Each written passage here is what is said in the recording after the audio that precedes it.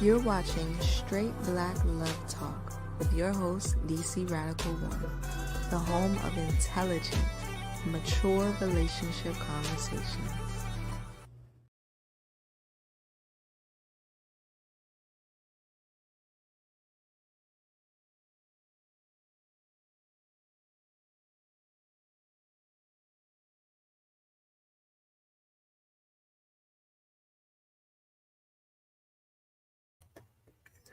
Straight Black Pride brothers and sisters, greetings to others who may be listening. I am your host, DC Radical One, and this is SBL Talk.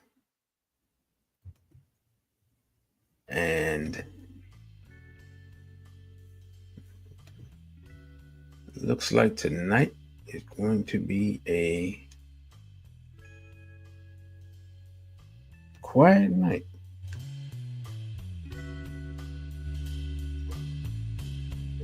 This was kind of a last minute announcement anyway. Let me see who is in the building. I saw Sister Najee, BB48, Sister Najee. Thank you for assisting with the new countdown. BB48, brother, you got ripped off. BB48 to Tony. BB48, brother Elijah. Greetings to Lord Bell. That's everyone that I see. So I was I haven't done a SBL talk in a while, and I saw some of the reactions to the election, and y'all let me know, is it the music too loud? Y'all know we try to bring a different vibe to SBL talk. And so I said, this is where BB voted the Sister Simone. And I said, I think this is worth discussing, because this is going to be our reality for the next 4 years. Excuse me. And so I was like, yeah, I'm going to do a show on it. I'm not going to lie. I expected more people than this. But it is what it is. So, y'all know how I do SBL talk. I do slides. I did have some articles up, but then I was like, you know what? I'm just going to do slides. I'm going to do what I normally do. And as y'all know, we SBL talk is interactive. Once I do the slides and I open it up for other people to express themselves. But seeing as though the crowd is sparse, this may just be a quick 1 hour show. I don't even have it in front of me, but I do know that Brother Genie will be in New York City on December 7th, Saturday, December 7th at 3 p.m. in Brooklyn. And I think I had put that up in the community tab. I'll put it up again. I had posted it on Instagram. So, check that out when you get a chance. That event is free, as you all know. And then he'll be at Black Dot Bookstore and Cultural Center in Atlanta the week after that on December 14th. So if you're in New York tri-state area, or the Atlanta metro area, Brother Genie will be there. So,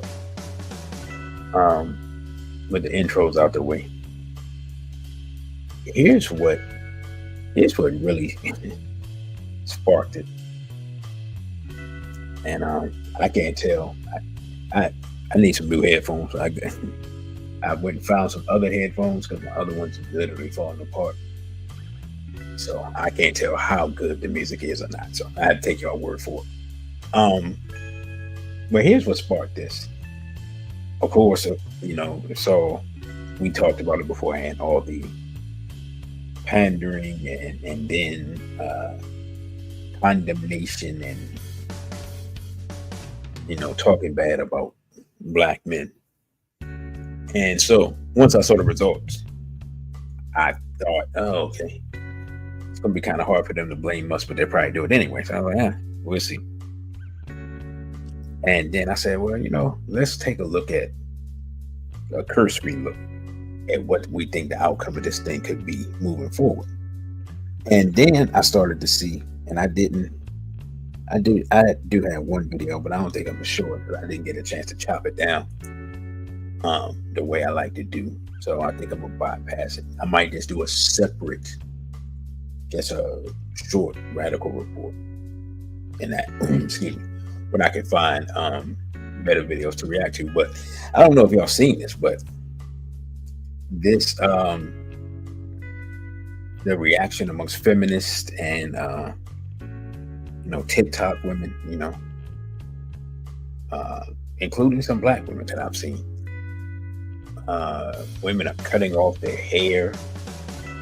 Women are saying that they are not going to engage in any type of intimate activities with men. One woman seemed to be though she claims that she's straight, she seemed to be inviting women to extremely intimate friendships, if you will. So when I saw that, and I saw, full-on temper tantrums from grown women, like, just, as the young people say, just totally crashing out. I was like, okay, this is worth talking about. So this behavior is not normal. And also, I saw one sister out, man. She was, what you say, Lord, we'll say that won't last longer than a month. I mean, we'll see. We'll see what they do. And then that's what it was. That was the article I did want to bring up, but like then, whatever. This, what did they call it? B4? Is it B4 movement? But anyway, the thing that happened in the movement that started in Korea, and I think we talked about it before. They're talking about extending that here and so forth, so on. So, I mean, we shall see. The thing I found interesting when I was looking at the article, which is why I guess I had to use it for a video or whatever, if I can find it again, is that they were talking about, and I'm not saying that there's a direct correlation that it was caused by this movement. However, the population in South Korea is going down, which means that for whatever sparked it, whatever started it, that movement in Korea, I think it's B4. If I'm wrong, then y'all just correct me in the comments. It is decreasing their population. That's how much divisiveness it has caused in Korea. And I'm gonna just say this. I know people don't get it. People deal with emotionalism, especially women deal with emotionalism. You're literally playing into the hands of the Bill Gateses and the WEFs of the world, but with this whole philosophy and the actions. And you got a perfect example of what happens. Like literally everything that feminists espouse just leads to depopulation. Abortion leads to depopulation. These suddenly going to be celibate for rest of our lives or whatever, or I guess next 4 years, that's going to lead to depopulation. Because let's just be honest, just from the videos I've seen of most of the women that I saw that were talking about this stuff, there's no man waiting 4 years for them women. This is being completely honest. No man waiting 4 years for it. So, it is what it is. So we shall see. So anyway, that was the impetus for this talk tonight. And like I said, it doesn't look like we're going to get a lot of people in. It is what it is. So we're probably end up just going about an hour. So let's just get into the slides. Alrighty. Now give me a second while I try to remember how this slide thing actually works. All right. So we're going to start, as we always do, with the Straight Black Pride Pledge. And for that, I'm removing the banner for a second so we can see. So, all right, ready? It says, I pledge allegiance to my straight, black, and proud ancestors and to the culture and traditions which they founded. I vow to practice those traditions of straight black love, family building, and nation building to the best of my ability, using all my life's energy, intelligence, and creativity. I also vow to do everything in my power to protect Black men, Black women, and especially Black children from sexual abuse, homosexuality, exploitation, and miseducation, as long as I am mentally, physically, and spiritually able. Lastly, I vow to fight against any force, physical foe, ideology, or philosophy which threatens the straight, black, and proud culture, regardless of origin. This I pledge in the name of my African ancestors and the divine creator. Ashe. Now,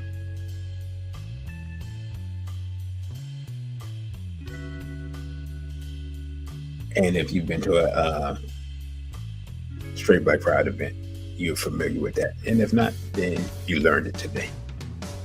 Now, we always start off with this, the cultural importance of marriage. And foundationally for Black people in America and in Africa, it's the foundation of our culture. In traditional African and traditional African American culture, marriage was an expected part of adulthood. Notice I said was past tense. In many African societies, you were not considered an adult if you were not married. You also could not become an elder if you were not married in many societies. The family was considered the foundational institution of the society. There was no debate about the equality of men and women, as each had their own jobs to do for the society. One thing that we have seen change with feminism is, greetings to Brother Jimmy. One thing that we see change with the rise of feminism in the West is that the importance of the family has been put, I mean, not even on the back burner, it's been taken off the whole stove and, put in the refrigerator. We see, if you look on the internet, you see times, I saw some woman one time said that, this is what she said. She said, God told her that her husband wasn't her husband, which I don't understand how that works because she married the man. But somehow God told her that that wasn't her husband. So she divorced the man because God told her to. Listen, I don't know. I wasn't there. Before that, brother Kevin and Sister Najee said, not the fridge, but the trash. Yeah. So with that type of stuff going on, with women saying that God told them that their husband that they already married is not their husband. I mean, obviously, a lot of women just don't value marriage in today's time, which is why, and I don't know who came up with it, but it's why you hear a lot of guys, manosphere type dudes, call those type of women modern women, because I guess to differentiate between traditional women, from my understanding. So anyway, back to the slides. Oh no, but let me read this last part again though. There was no debate about the equality of men and women as each had their job to do for the society. Nowadays, what really has taken place is that many women want to do men's job, but still be treated like women, which that's just not working. You know what I'm saying? It's just not working. And then you had men mocking that and talk about being in there. What were men? There was some men talking about something about their soft guy era or something. I can't remember what it was, but in response to that, there's all a bunch of nonsense.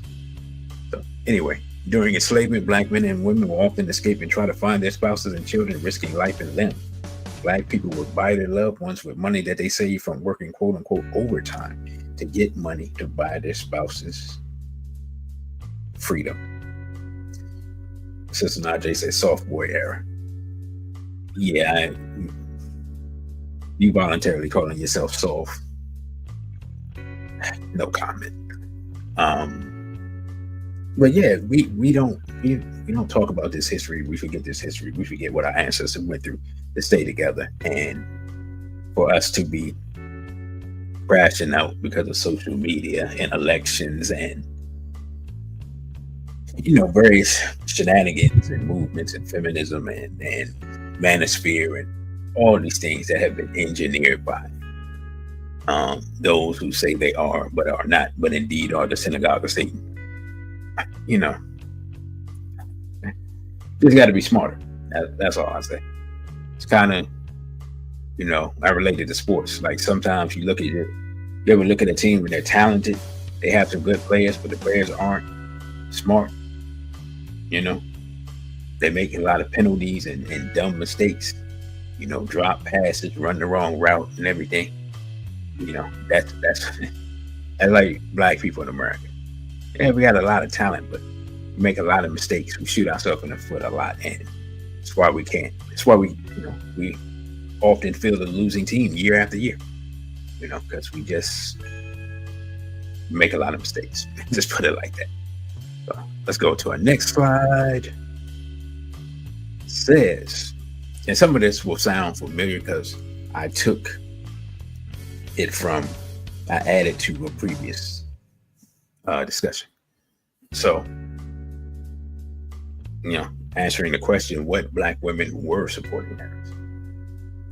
Boss babes, the independent black women that don't need a man. So those women, the women that don't need a man, the whole B4 movement. I mean, in a way, if you don't need a man, then you're already part of the B4 movement. You know what I'm saying?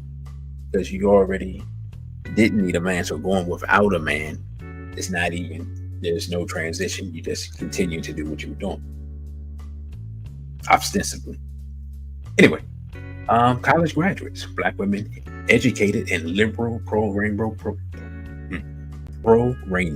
and pro-integrationist program. Those are people, those people going to be Democrats. If you go to school and you learn that stuff, you're going to be a Democrat. You're going to vote for Democratic policies, and you're going to call that stuff progressive. The only thing we're progressing to is destruction, but hey, or be it for me, you know what I'm saying? This one, it goes without saying, celebrity worshipers, black women who worship celebrities and celebrity culture. The reason we know that's true is because we saw, in no particular order, Megan Thee Stallion, Glorilla, she wasn't on stage, but Sexy Red said she voted for Kamala. Beyonce, who I just saw her on TV. I think was she on the news? Anyway, she on something. She didn't even look like it. I didn't even recognize she looked like a European female. Yeah, Magic Johnson, Obama. So yeah, I mean, it's obvious her campaign rolled out more black celebrities than you can even think of from multiple generations, because Magic Johnson's got to be 60-something years old. So from 60-year-old Magic Johnson to what 24-year-old Glorilla, still wasn't enough. But that's type of women. Next, what I call bougie ratchets, women who moved up the income ladder but still carry the hood mentality. Those are the type of sisters who support Kamala. And the scandal generation, young women who grew up on the TV show Scandal. These women are often swirlers and divestors. And that brings me to a key point. In my humble opinion, and this is my opinion, first of all, hold up. Where the sisters at? How come sisters don't like SBL Talk? Somebody help me out. I think we got like 2 sisters in the building, maybe 3. You know what I'm saying? Y'all didn't want to talk about this because y'all thought I was going to talk bad about Kamala. No, I'm just doing analysis of our community. I have nothing else to say about her. It is what it is. But yeah, let me talk about this though. In my opinion, a lot of Black women wanted to live vicariously their dream of being able to co-rule with European male. Think about it, right?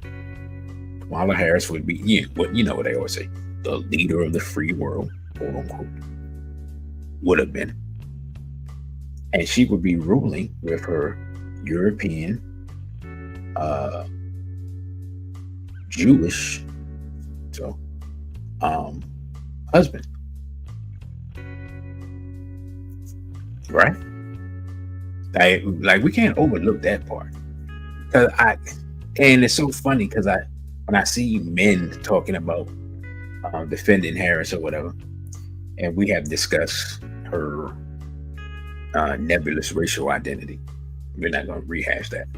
But I just find it interesting when I see Black men defending a quote-unquote Black woman who's married to a European male, but at the same time, they spent years calling Black men who are with European females all types of derogatory names. And I'm not saying whether or not I agree with those derogatory names. I may have used some in my day and may use some in the future. But I just find it interesting that when the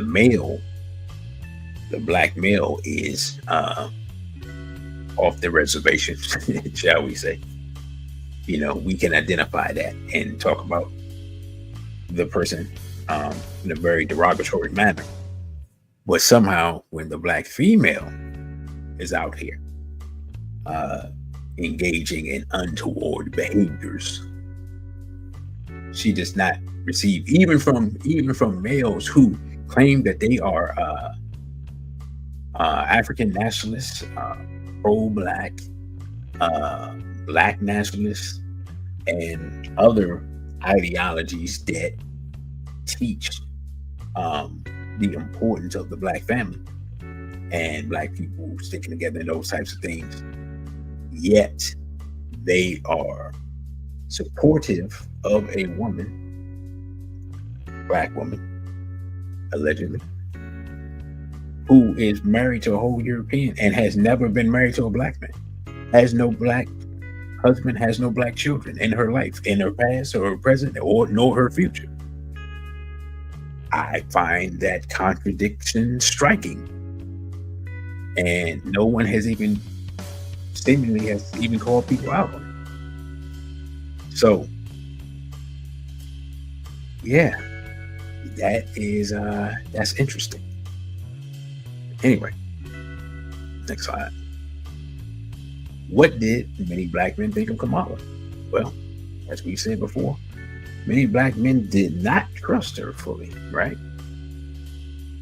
It says various reasons have been given, pointing to her being a former prosecutor being one of the reasons. Like, the prosecutor is just really the top cop.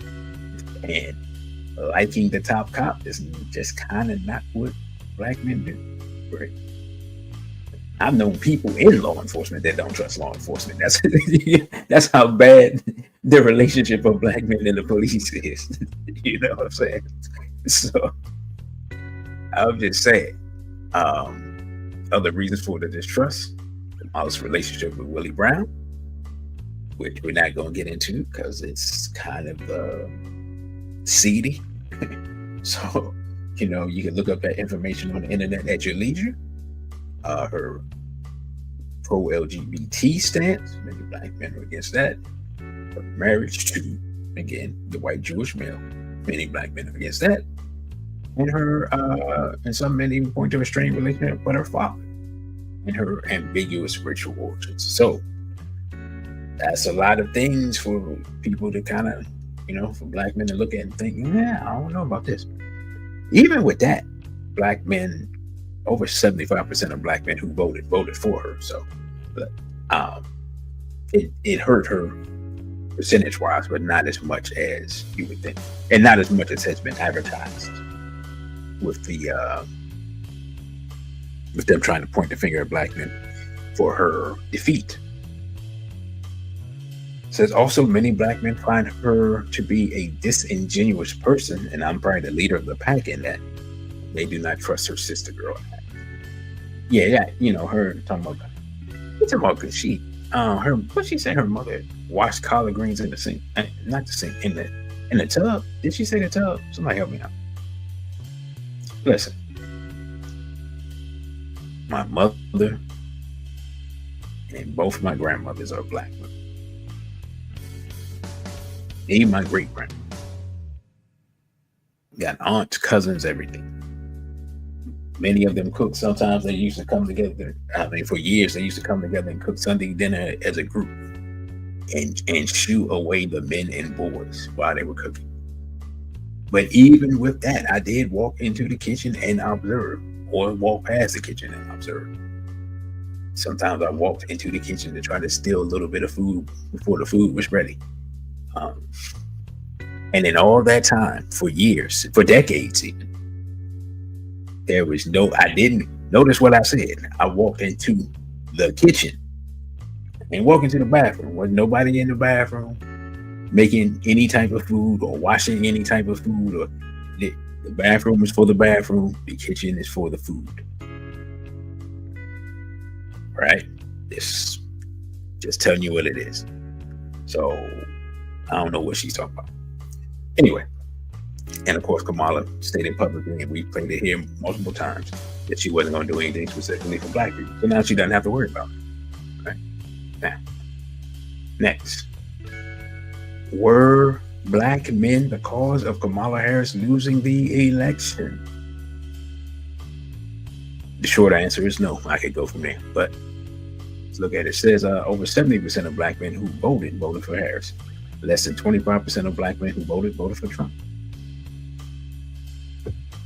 I mean, it speaks for itself.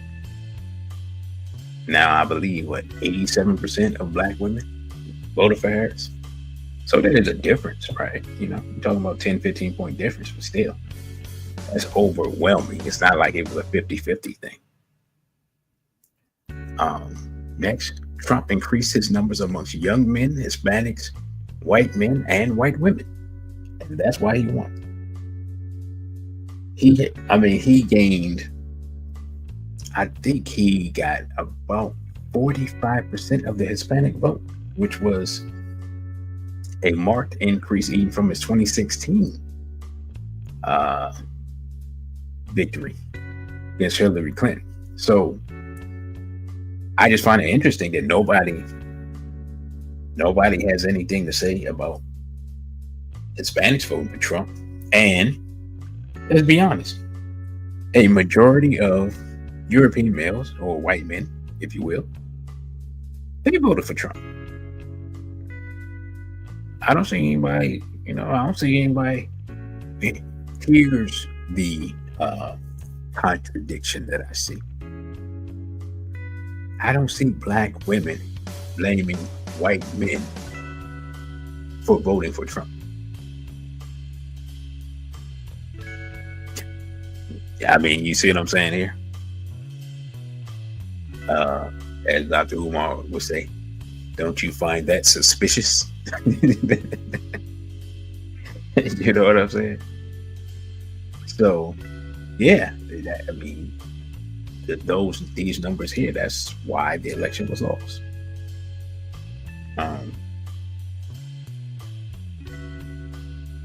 Sister Najee says Black Twitter did say they aren't celebrating Cinco de Mayo next year. All right, well, yeah, well, let's mark that on our calendar and see. Next, Harris lost Michigan because she lost Muslim votes to Jill Stein and lost some Black votes to Stein and Trump. Her unwillingness to confront Israel cost her there. Listen, again, this was simple analysis.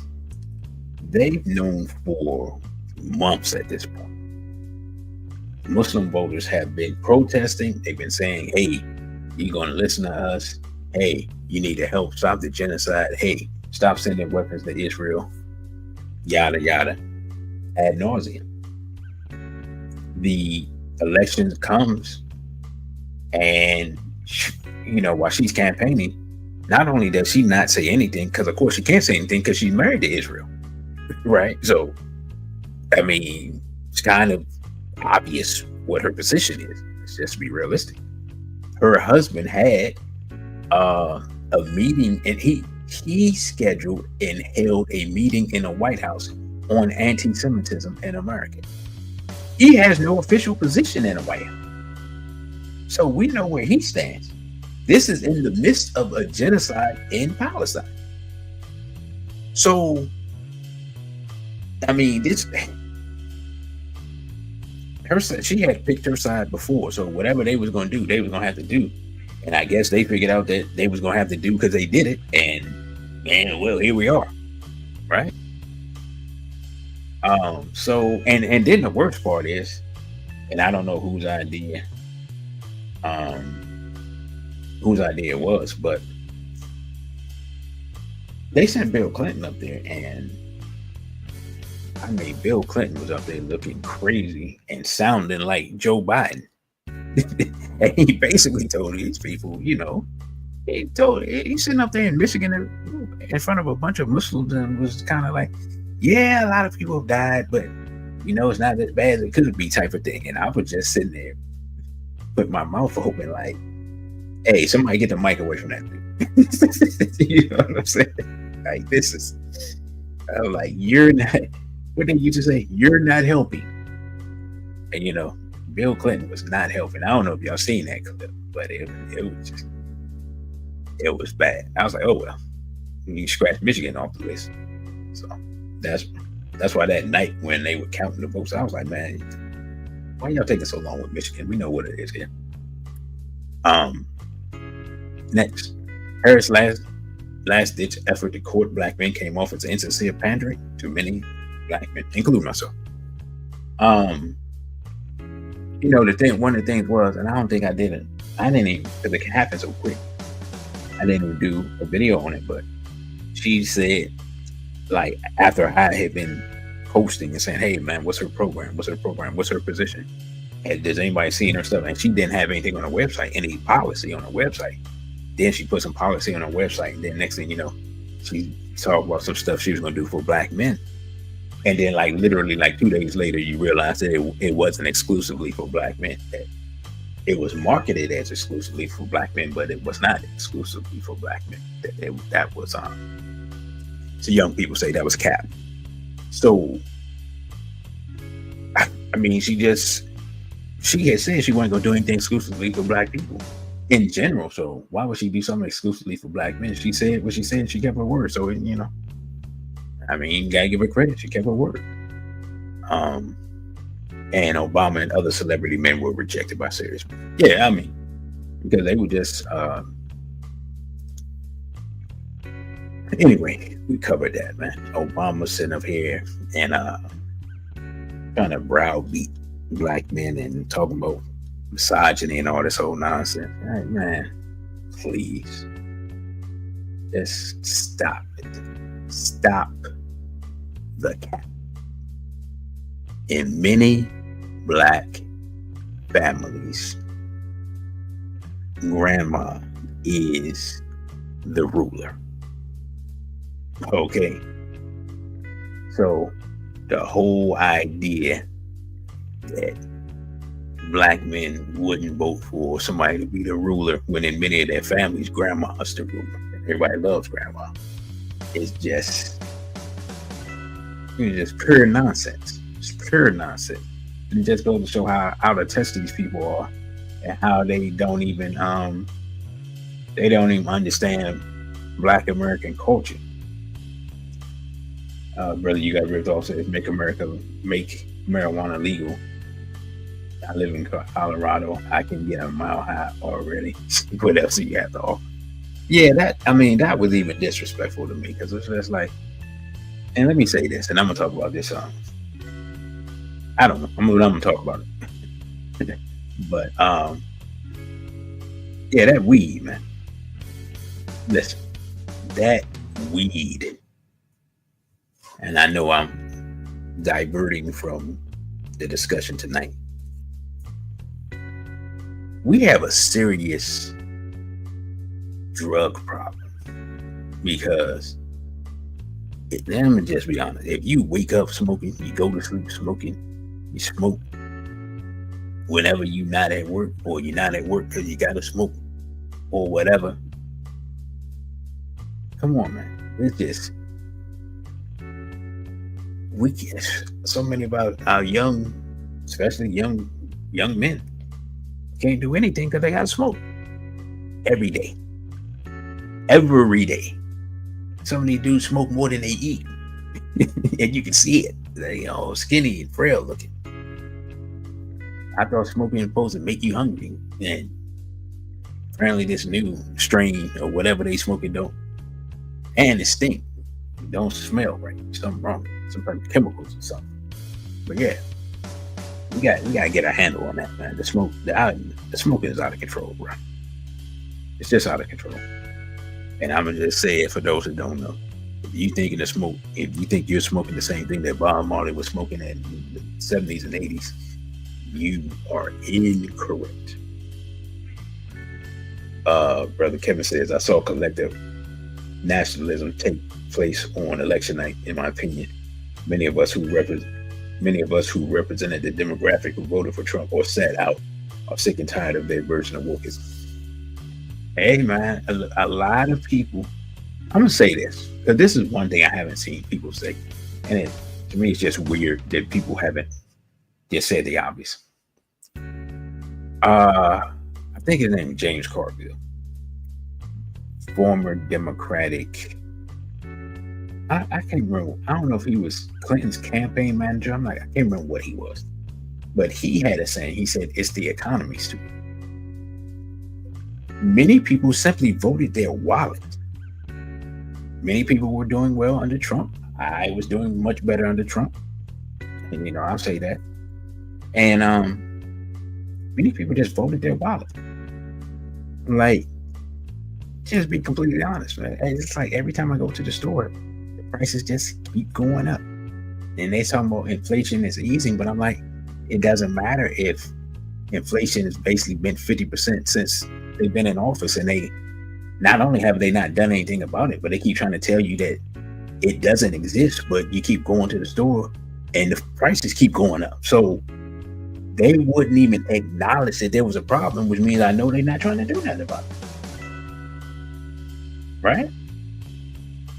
I mean, one thing about America, you guarantee if they talk about the top 3 things, and as they talk about basically every election, the economy, most of the time, unless it's just like late 90s and the economy is booming, everybody's content, the economy is going to be one of the top 3 issues in any presidential election. It's been that way really as long as I've been alive. Like, there has to be like a war or something crazy like the hostage situation in late 70s or whenever that was, in order for people to vote on anything other than the economy. And even then, now that I think about it, because I forgot, not that I saw it, but I've seen the pictures and videos and stuff. There was oil shortage. I forgot. I guess I guess some of the Arab countries that did an oil embargo in the late 70s or whatever, they had long lines of people. Remember, they had the big cars and still had steel in them, stuff like that. And they had long lines of people waiting for gas. People remember that. Between that and the hostage crisis, Jimmy Carter got overwhelmed, and then when Reagan went against Mondale, he almost the whole map was red. So people vote their wallet more so than they vote anything else. So no one has seemed to discuss that, like the mythology that the economy is going well with. It's just not. Okay, I don't care what measurements and demographics and all that stuff they use. The economy is not doing well for regular people. When you see what used to be middle class white people coming on and talking about what they can't afford and bills and stress and all this, if they're struggling, then you already know what's going on with everybody behind them. And we saw that in the last year. And so if you think those people who are airing out their grievances on the internet about how they're struggling, if you think they're not going to vote their wallet, oh yeah. All right, keep believing that. So anyway, what does support for Kamala mean? The black woman who supports Kamala is willing to overlook racial treason.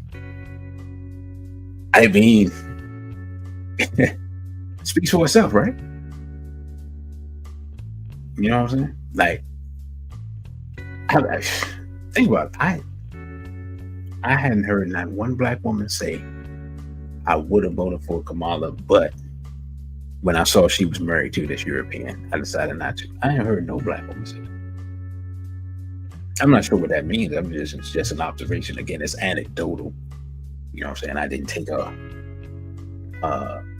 survey of the majority of black women. I'm just saying it's an observation. The black woman who supports Kamala may have secret desires to be with a European male and sees Kamala as aspirational. Again, this for the brothers that if you deal with a woman or are dealing with a woman that supports Kamala, these are things that you need to think about, right? And then, they'd be worth bringing up in conversation, because there's no need for you to move forward if you, as a black man, are with a woman and she has secret desires for European male. That means you'll never be able to satisfy her desires. You may be able to satisfy her in a certain aspect, per se, in the area of intimacy, but still she'll be looking down upon you and maybe in other areas, maybe in finances, or maybe in status, or things of that nature, right? And you may be having conflicts and you're trying to figure out where the conflict's coming from, and the conflicts come from her secret desire to be with a European, right? It's like, I've seen this amongst men before, where you see brothers and they date different women, and the women just get progressively lighter, but no matter how light the sister is, it's not sufficient, because what they really want is blonde hair and blue eyes. You know what I'm saying? So even I've seen some dudes that even with they mix women, and apparently that's still not enough. So that we can see that now and going in the opposite direction. The black woman who supports Kamala will most likely be pro-rainbow, because that is part of Democratic policy. This goes without saying. There's no way you support her in 10 walls and you don't support the whole rainbow situation. So the black woman that supports Kamala is very likely to be feminist. Again, I'm going to quote the Constitution. I think it's a Constitution. We find these truths to be self-evident. You know what I'm saying? I don't think I'm dropping any tremendous knowledge here. I'm just letting brothers know. And I don't even know what the last one is, so move the banner out the way a little bit. And it says, the black woman that supports Kamala Harris may have a deep-seated disdain for black male leadership. And I'm glad I did, because that is important. And I'm just be completely honest, brothers. When you're dealing with a woman that, especially you get one of these sisters, she does not have a good relationship with her father. She's going to these schools and learned this feminist ideology. The chances of her having a disdain for black male leadership is high. And if you're dealing with that type of black woman, good luck, because you're going to need it. All right. Next slide. Here we go. Question. Can a black woman who supported Kamala Harris have a successful relationship with a black man? Let's talk about it. Black women who support Kamala Harris will be able to have a successful relationship with a certain type of black man. He must be liberal, must be a liberal democratic type of male, or there will be constant conflict. And there may even be conflict amongst that type of male, but that type of person is the type of person that type of woman should look for.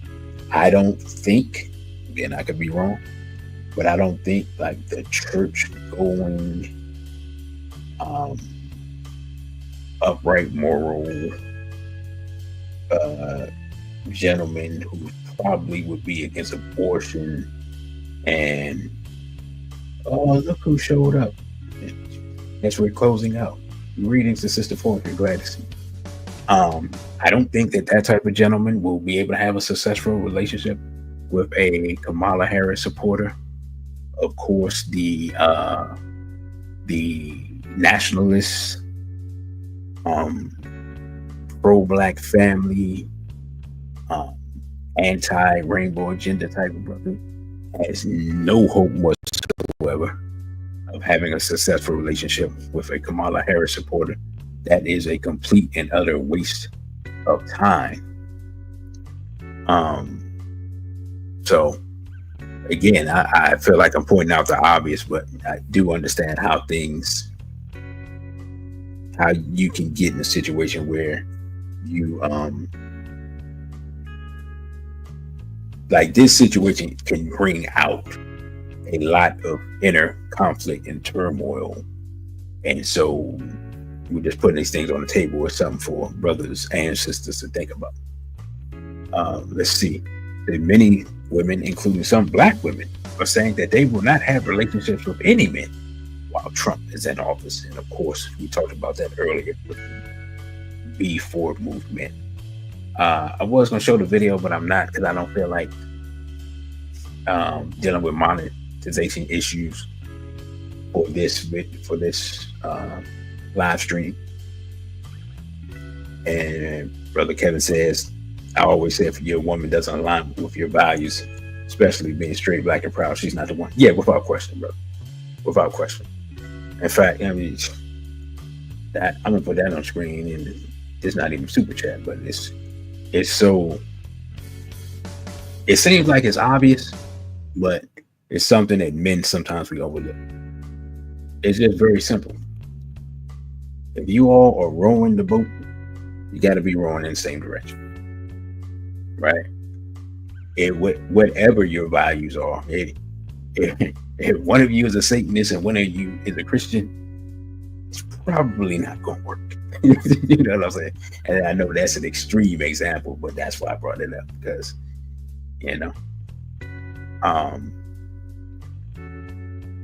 so yeah, we talked about it before. Women cutting off all the hair, and women,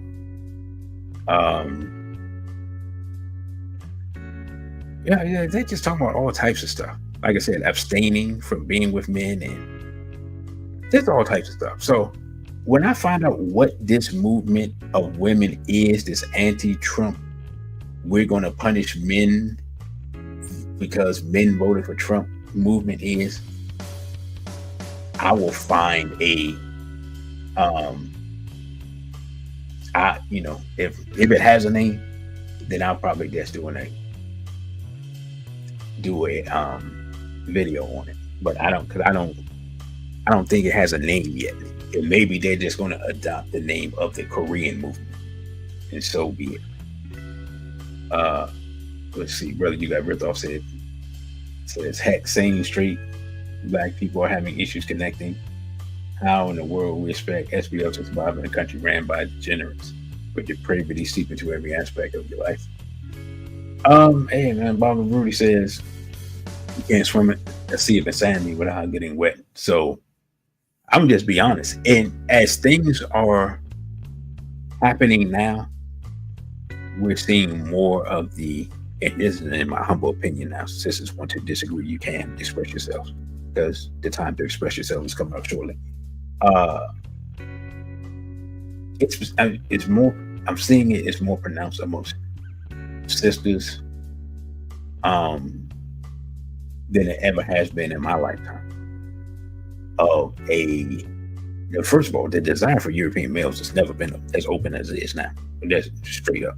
Okay, I've never seen anything like this. And growing up in the area, it was predominantly African American. Yes, it still kind of boggles my mind, but it is what it is.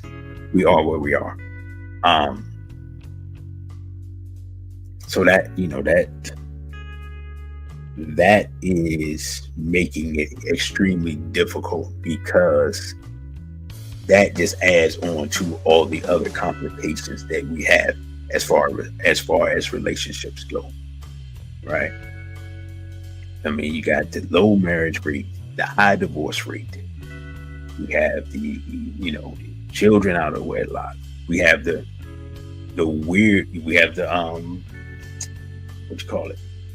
paternity fraud. We have the weird disparity where a minority of men are doing most of the reproducing, right? And they happen to not necessarily be the men of the highest character at the same time.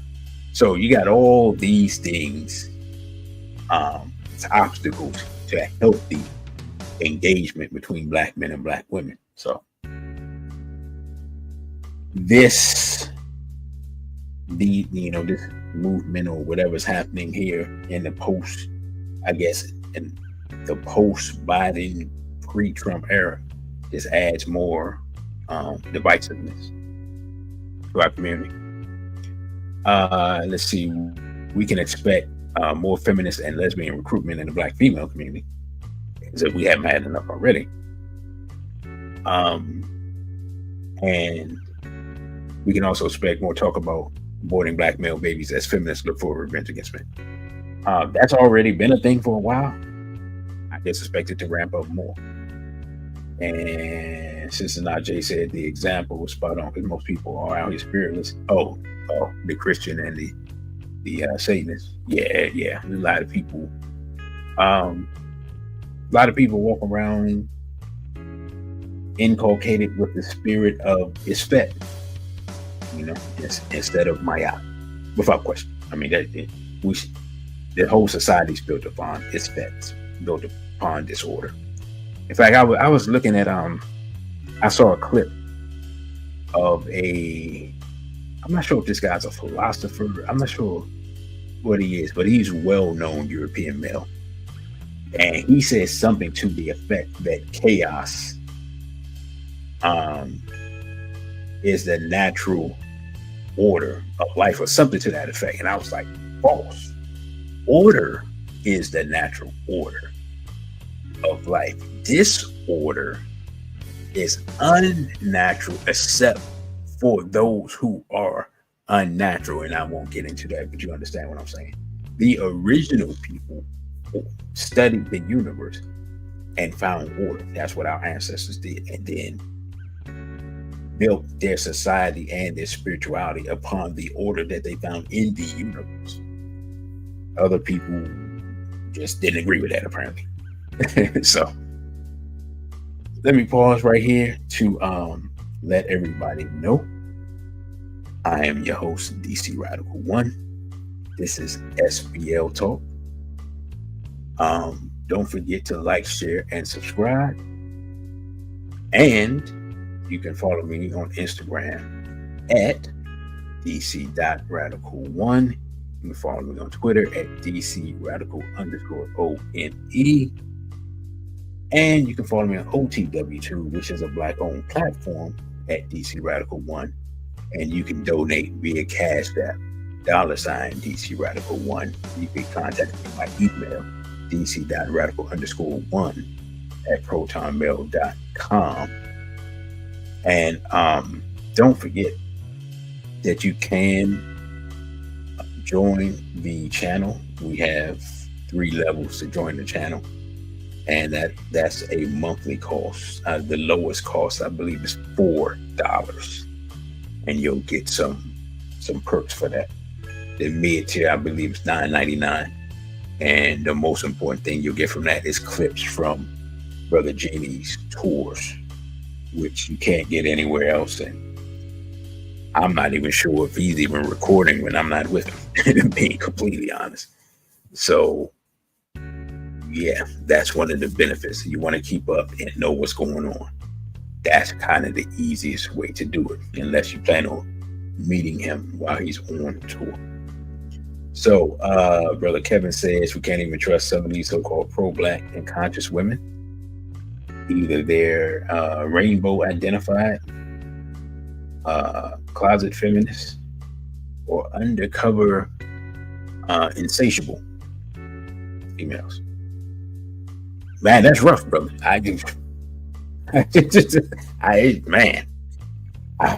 Oof.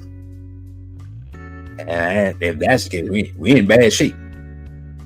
We in bad now. I'm gonna be honest. The number of sisters I've seen that even identify as any type of pro-Black, African nationalist, or whatever you want to say, has definitely shrunk from, I'll say, 10 years.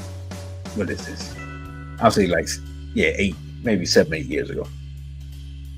Has definitely shrunk just in my interactions. So if amongst that smaller pool there even a higher number of women that aren't sincere, that's rough. That's rough. What we got next? All right, so I figured that somebody would ask this question, and if you didn't, I've asked it for you. Will there be any positives from Trump being elected to a senator? All right, let's see. Now, notice I started with if. You know what I'm saying?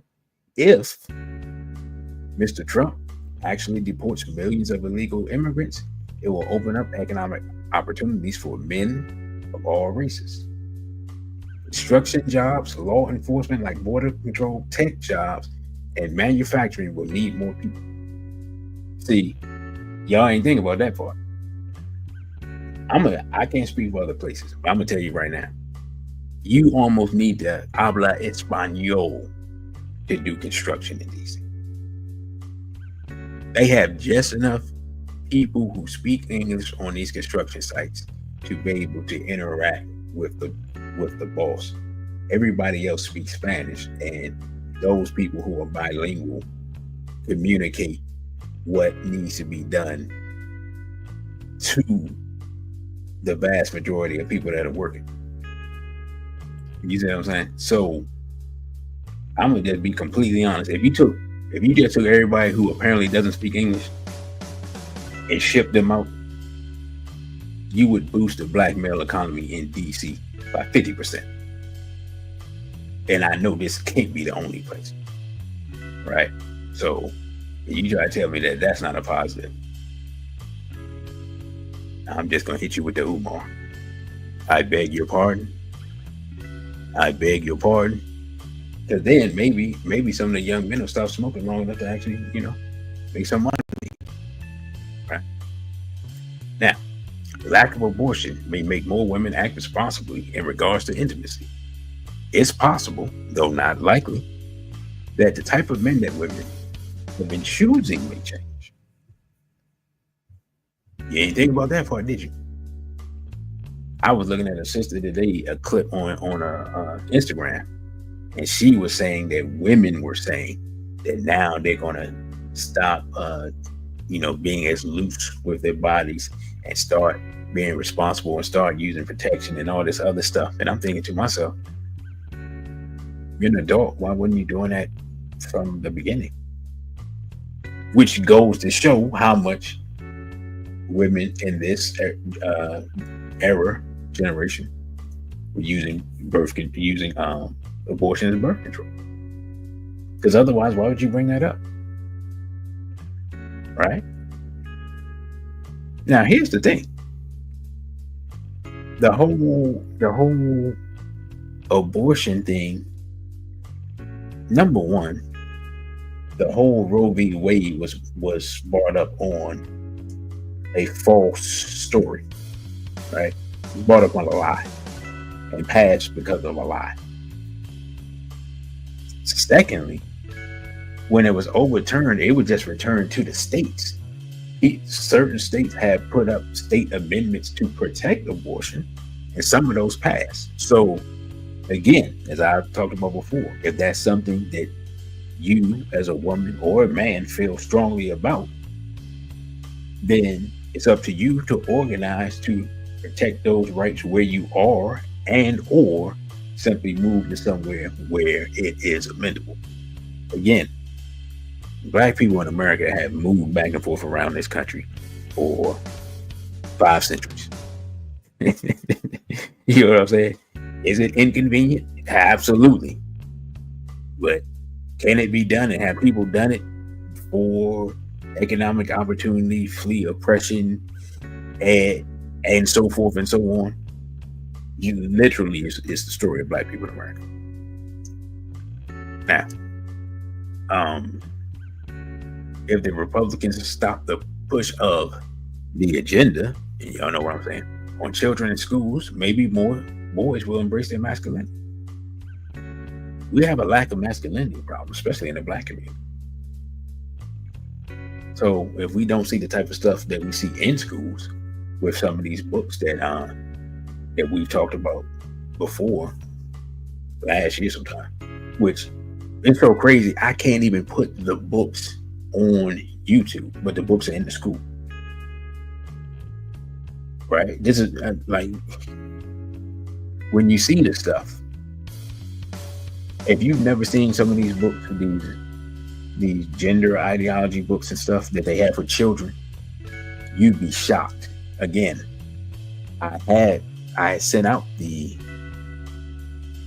and by the way, if everybody know Brother Jarate, tell him to come through, because I sent a link for him to download a video, and I was waiting for him to download that before I sent him another one, and he never downloaded the video, and I haven't seen him since. I hope the brother don't think that I was, trying to scam him, because I did send him the first video, and I was ready to send him 2 more. So, but yeah, I just thought about that. But if you've seen these books that are in the schools, like, I've seen adults react to them, not, genuinely saying, hey, this is what's going on in school, and people see it and they're like, oh, they kind of jump back like, oh, what in the world? Yeah, they basically, it's just cartoon depictions of intimacy for children, and these are the books in school now. So if again, all of this is if, because we don't know what people are going to do, because nobody's talked about it, but the Republicans not only won the presidency, but Trump dragged them over to win the Senate, and it looks like they're going to win the House as well.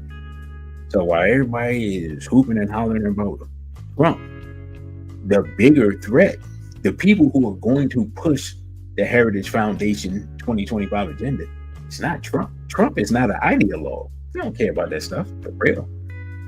He'll pass as much of it as he needs to keep his position, but he don't care about that stuff. He's not an ideologue. It's whoever's going to be in charge of the Senate Republicans and the House Republicans are going to be pushing that stuff. But the Democrats didn't even bother to inform people of that. You heard no discussion of that, and now, hey, here we are. Now, and improve the economy, which that's one thing this is the only thing that I'll be shocked if it doesn't happen. If Trump doesn't improve the economy, I'll be shocked. Right now, if he doesn't do certain things that they want him to do, then those people will crash the economy. And that I won't be shocked by, because I already know that's the case. But if the economy improves, which I expect it to, at least in the short term, maybe more people will be willing to marry and procreate, because there are a lot of people that they just can't afford it. A lot of people, they just like, I can't do it. Or if they have one, they don't want another one. They got two, they certainly don't want anymore. So an improved economy, may change people's mind, right?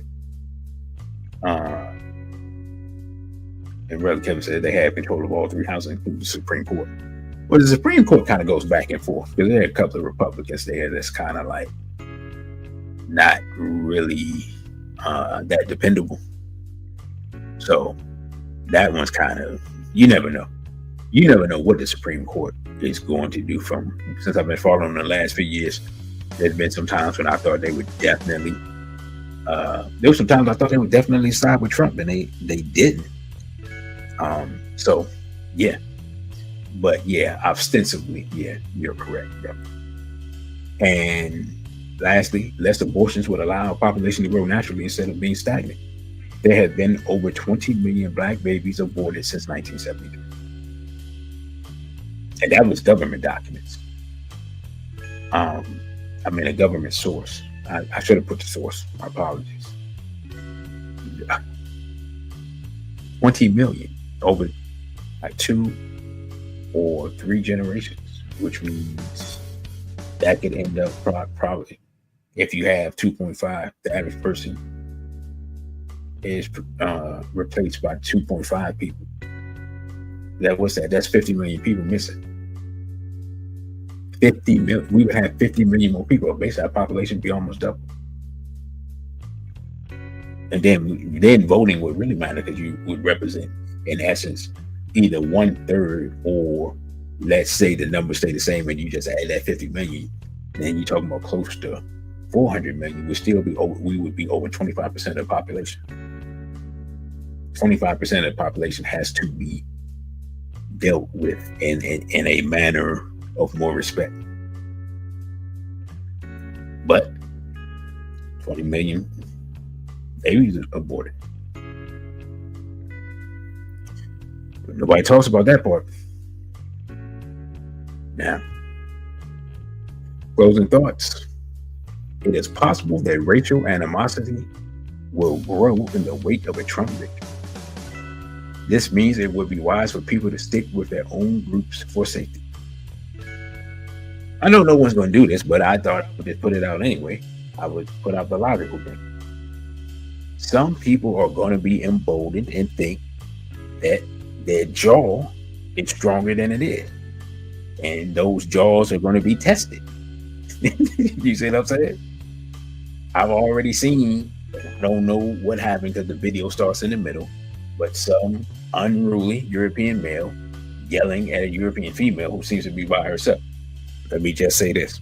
Sisters, please stop that.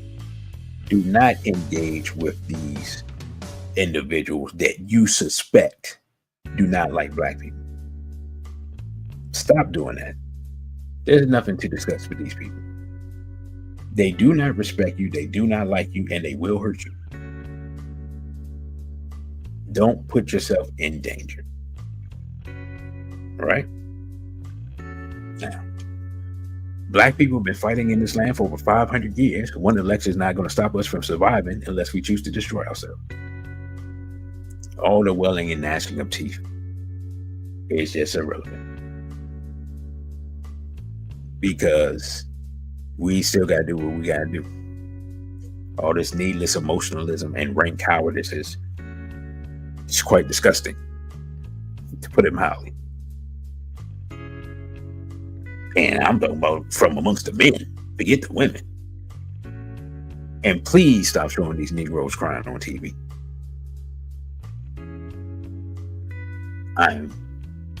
asking in the name of our warrior ancestors like El Hajj Malik El Shabazz, Minister Malcolm X, the Right Honorable Marcus Garvey, Chairman Fred Hampton, the Deacons for Defense, the Honorable Robert F. Williams, and the many known and unknown warriors who would not be coming on TV crying and slobbering, you know what I'm saying, about these situations. They would be organizing, strategizing, and implementing those strategies. If you're not going to do that, please stop coming before the people. Please. I know you get paid, but go away. Respectfully or disrespectfully. However you want to take it. Lastly, regardless of who you voted for, if you voted at all, Black people need to learn to disagree without being disagreeable. The reality is that neither political party nor candidate has Black people as a priority on their agenda list. We have to put ourselves first. I have nothing to add to that. I think it speaks for itself. So, again, this is where we get to the part where we open it up for discussion. StreamYard link. You would like to come on.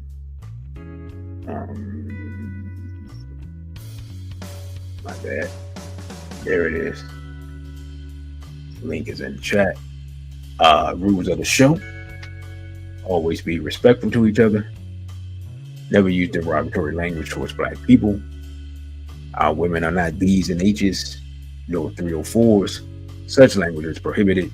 Once is a mistake, twice is banishment. Black people are not N-words. We follow in the footsteps of the Right Honorable Marcus Mosiah Garvey. We deprecate the use of the N-word. And you can speak with passion, but be respectful. Seek truth and understanding. Speak truth and avoid propaganda and stereotypes about the complementary gender. And Brother Kevin says, Boulay Roland Martin always cuss at Black folks who are against degeneracy. Yeah, that's because he's playing for both teams. And by the way, I gotta find the information, but I normally don't deal with rumor and innuendo, but I believe this completely. There have been allegations brought up about what is his title? Bishop T.D. Jakes. There have been allegations brought up against Bishop T.D. Jakes about his interaction with a young man some years ago.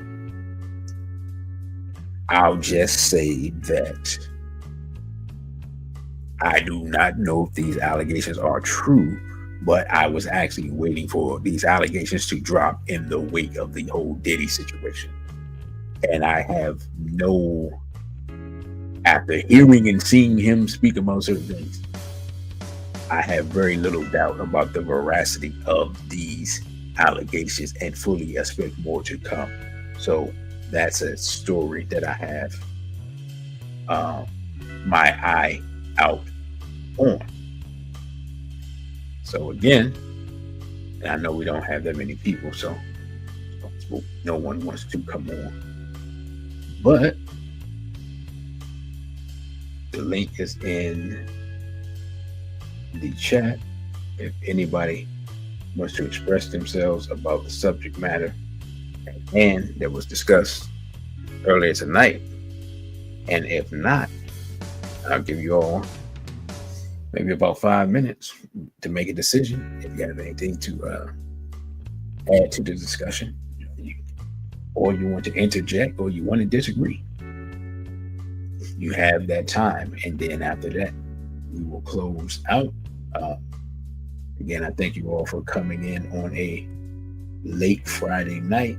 I understand people have other things to do, and I figure some of the sisters, they may be out on the town, and that's why they didn't listen. So to those sisters that may be out on the town and enjoying yourself, You know, listen tomorrow when you sober up. Again, I am your host, DC Radical One, and this is SBL Talk. Again, don't forget to like, share, and subscribe, and let your friends know about this show. And again, you can follow me on my other social media: Instagram DC.radical1, Twitter at DC_Radical_ONE, at DC Radical One, which is a Black-owned free speech platform. You can donate via Cash App, $ DC Radical One, and you can email me at dc.radical_1 at protonmail.com. And brother, you got ripped off, said he's in a snowstorm, but it's Colorado, so we're not surprised.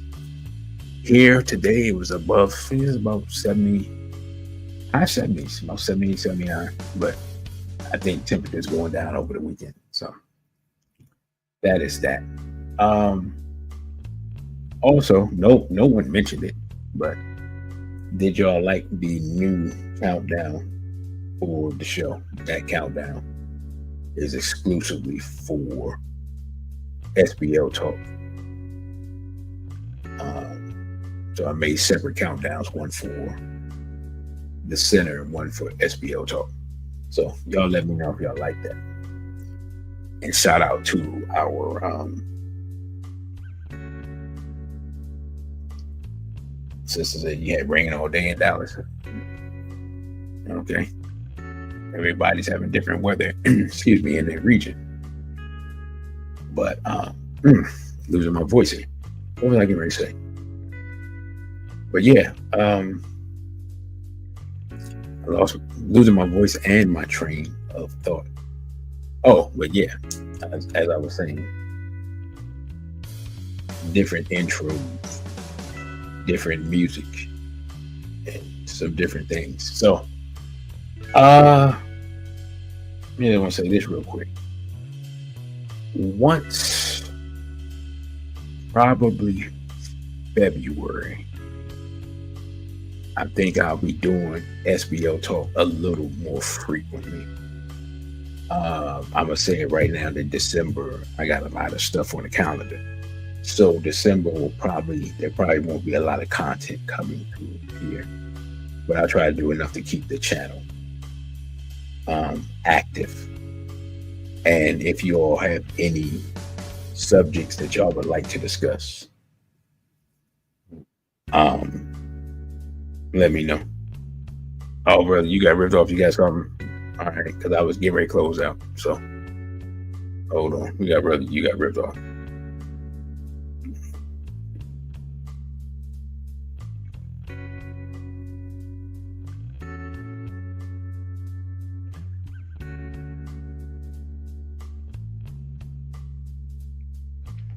Hey, brother, you can unmute yourself. BB4, barely. Y'all let me know if y'all can hear it, brother. Because I have bad headphones. So. But go ahead. I also have my mic volume down, so I'll turn it up just a little bit. No, man, there is one thing that wasn't touched on tonight, and it is, what is it that we can do in this next 4 years to actually bring Black men and Black women closer together?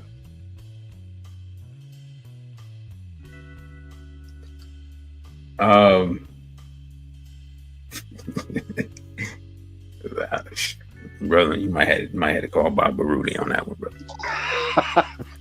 But the complementarity was last month, so. What? Oh, I thought it was back in. I thought it was every June or whatever. Yeah,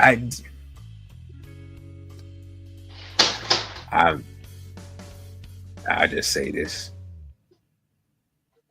As y'all know, we have done programs and things over the years to try to accomplish that task. And things have the relationship between black men and black women, at least online, but that's not always what you see online is not always reflective of reality. So I'll just say that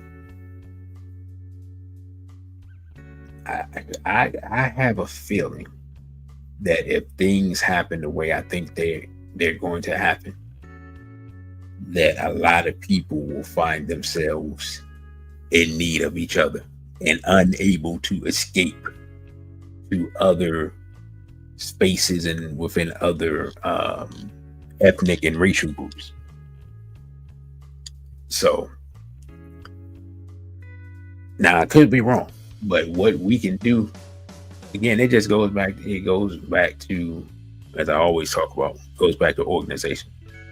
If you're not organized, or you can't organize because you can't get enough support, there's nothing you can do, right?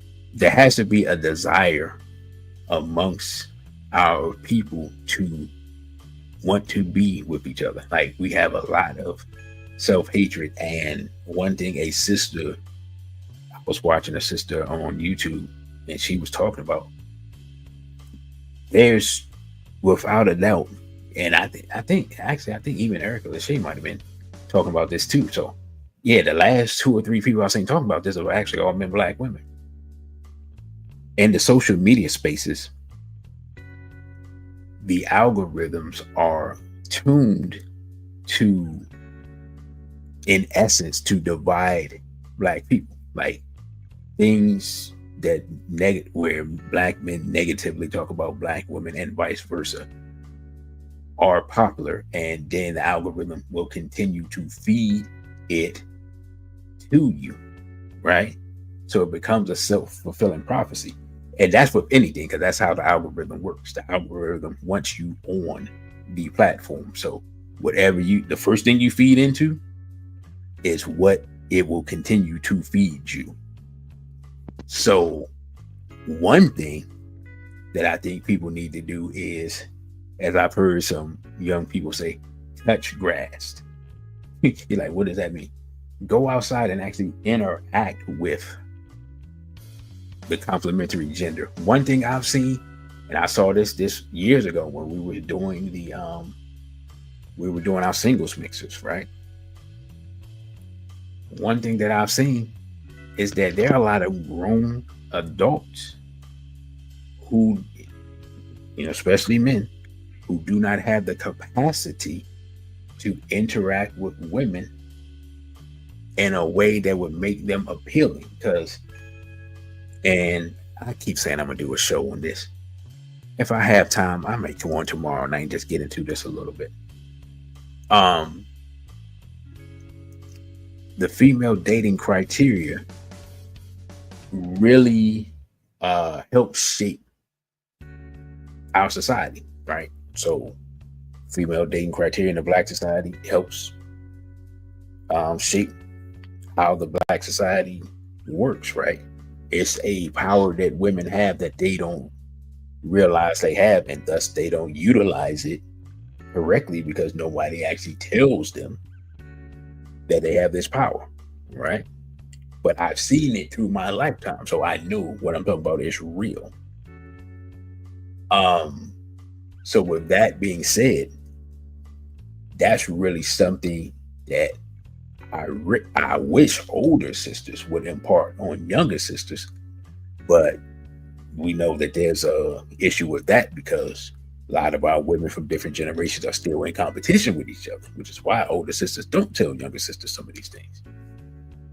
So with all that being said, there has to be more in-person interaction to see that people aren't, in essence, the monsters that they've been made out to see on social media. And people have to get out in person and see and just learn to enjoy each other's company. Because right now, what is really happening, especially on social media, and I had a older brother say this a long time ago, and it was profound, which is why I remember it.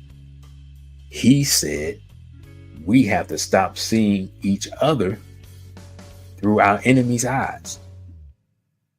And when he said it, I was like, yo, that's profound. Now think about that. As if you listen to black women, they see us as feminists. In essence, Zionist feminists see us. And many times you'll hear men speak as they see women like a lot of European males see women. Like you sound, a lot of times I hear these dudes, they sound like Plato and a bunch of Greeks and whatnot. So if we see our women like with Plato and they see us like they're Bella Abzug and Gloria Steinem, well, there's no wonder that we have discord in our community and we don't have proper complementarity relationships, and we don't have we can't have wholesome interaction because we're seeing with other people's eyes instead of seeing ourselves with our own eyes. So that means that really having community events and being able to get the people out to them, which again, those are two different things. Having the event is one thing. I've organized events. I know how it is. It takes time and money. Right? It just does. I don't care what type of event it is. It takes time and money. But to get the people to come out, from what I've seen with other people, it's harder now to get people to come out to support stuff, especially like stuff centered around dating, than it ever has been.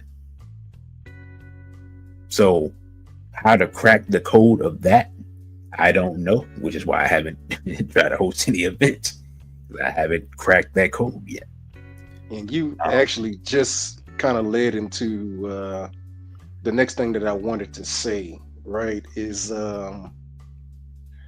can we reverse engineer this fear mongering that was created during these last 4 years? I mean, it's always been around, but it was definitely heightened during these last 4 years, on top of the overall depression that we see. I would say the world is having since the lockdowns, and I think that is something that has led people to drift over to the depravity, right?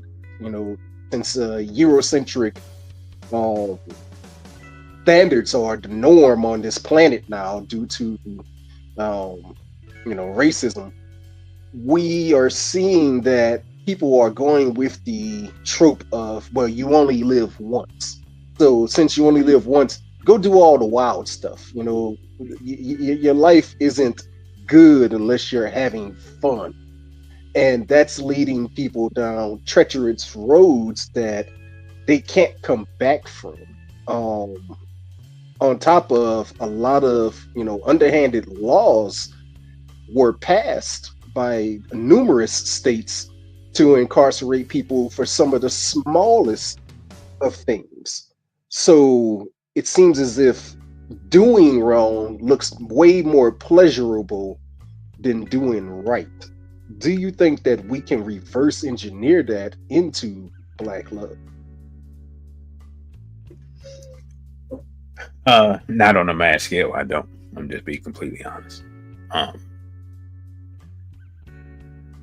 Because the things that our people value are not the things that people have, right? So basically the only things our people value right now, largely perceived economic advancement. And I say perceived because a lot of what they see isn't real. And like you said, fun. And this is including people in their 30s and 40s and whatnot. right? The whole fun thing. And again, I put like this, I don't know how you would do that in a society where those messages are being put out. But I would say that if you really think about it, those as time has gone on, those messages have been ramped up because of who, and those who shall not be named, who controls the media. What I do expect, just from a survival mechanism, I expect a lot of those messages to be turned down to a degree based upon what we talked about, which is a total transition in government. And then we're just going to see a lot of things that have been advocated and pumped up and broadcast all over the country and all that. I think a lot of that stuff will be dialed down. I don't think it'll be stopped, of course, because the media is too just controlled by a small set of people, and they're going to do what they do. But I think a lot of that will be dialed back because a lot of men especially are just tired. And one thing people understand, whether it's European males or black males or whatever, when men get a consensus that they're tired of something, change gonna happen one way or the other. You know what I'm saying? It's an easy way, hard way thing. So I do think that we're at the beginning of a male backlash in America of disorder. What that's going to look like, I don't know. But it may, I don't know, open up some spaces for some implementation of things that would benefit our community. But again, it's going to take some work to bring some order from the chaos that we have here. Because again, some people have been spending the last half decade denigrating women and women denigrating men and so forth, so on. And then one of the biggest problems that's really helping fuel this, in addition to the social media, is the music. The just outright filthy, disgusting music is really harmful to the minds and psyches of our people. And I don't know how you stop that short of doing like Ice Cube and Boys in the Hood and going to visit the studio heads. So, you had anything else, brother?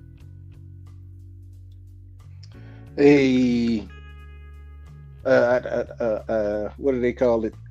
A fart in the wind or something like that. However that analogy goes, for a solution. And hear me out on this. This solution will take a cooperative nationalist approach, because we have to be honest that if black folk just came up and said, hey, Trump, social media is degrading our relationships, we need to do something about it, well, we already know we'll be ignored. But in a cooperative nationalist way,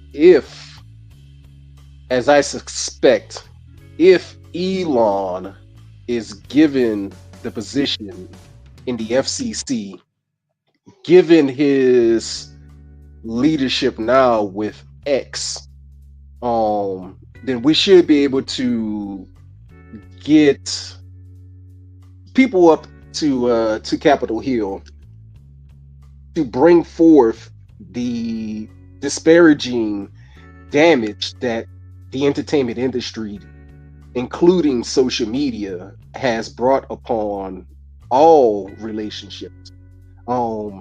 If you want to make America great again, then you have to have positive relationships, right? Right. Of men and women. So using that as the catalyst to go to Capitol Hill to bring forth a conglomerate of cooperative nationalists of different races to say that these are the things that we are seeing within our community due to television, due to music, due to social media.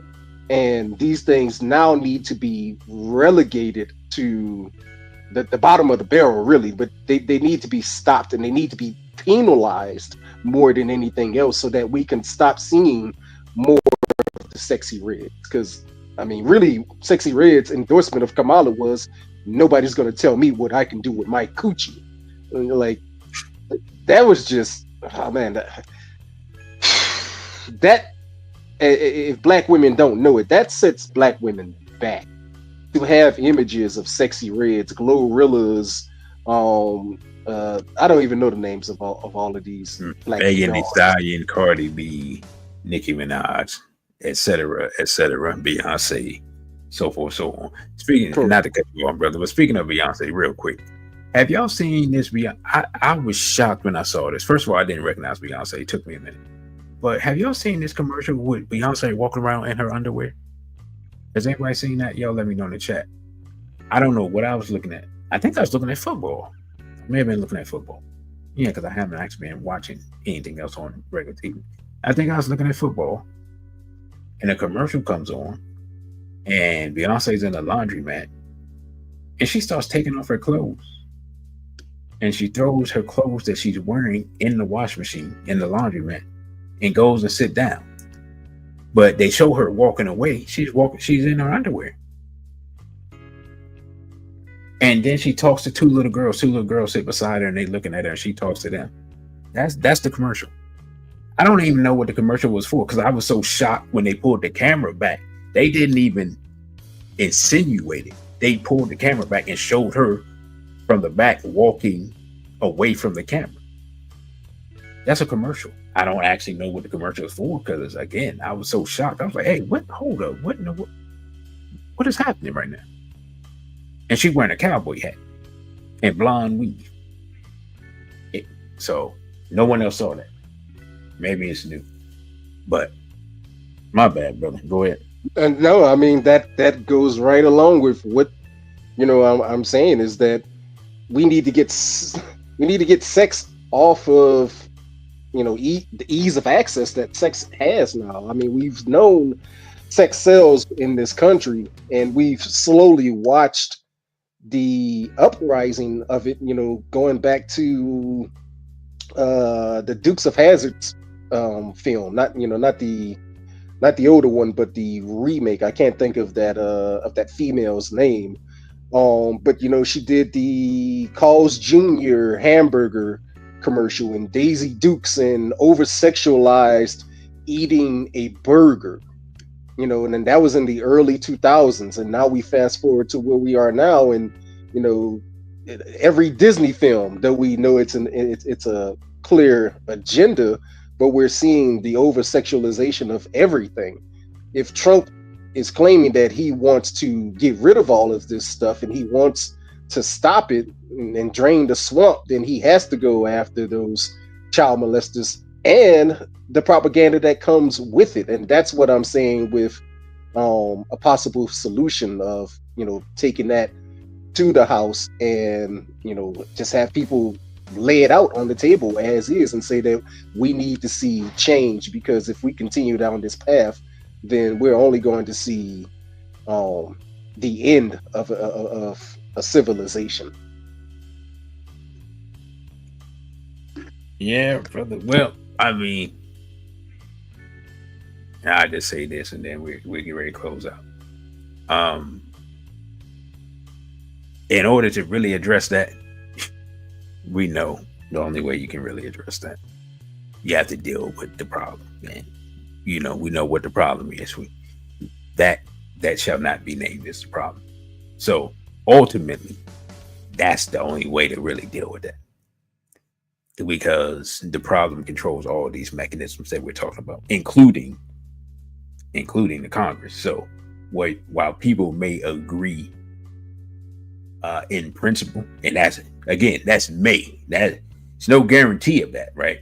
Because if we really look at, if we're being completely honest, and we're looking at the political landscape, look at Trump's VP, look at JD Vance, look at some of the people he's funded by, and some of the people that he's down with. Look at some of the people in Congress. Congress has always been a cesspool for different weird type stuff. So we may be thinking that, again, today's conservative is not yesterday's conservative. You see what I'm saying? Like the days of the moral majority and the Christian right and all that stuff isn't as strong on these social issues as they used to be. So that's really something where I think we have to study it and see where people are in Congress to see if that's even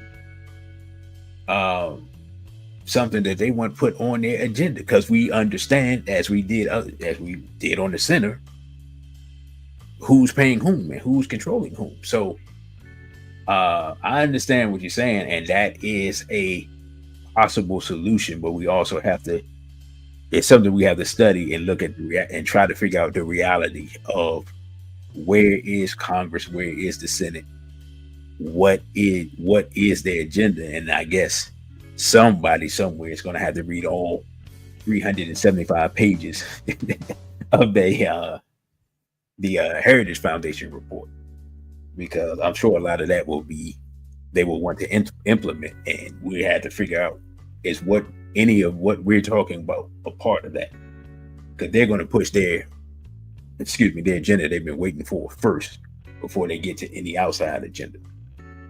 So you had anything else before we close out, brother? No, that's it. I lastly would just like to say, I thoroughly appreciate you doing this, giving your time to the people. It's very valued. Straight black pride. All right, brother. Straight black pride. I greatly appreciate that.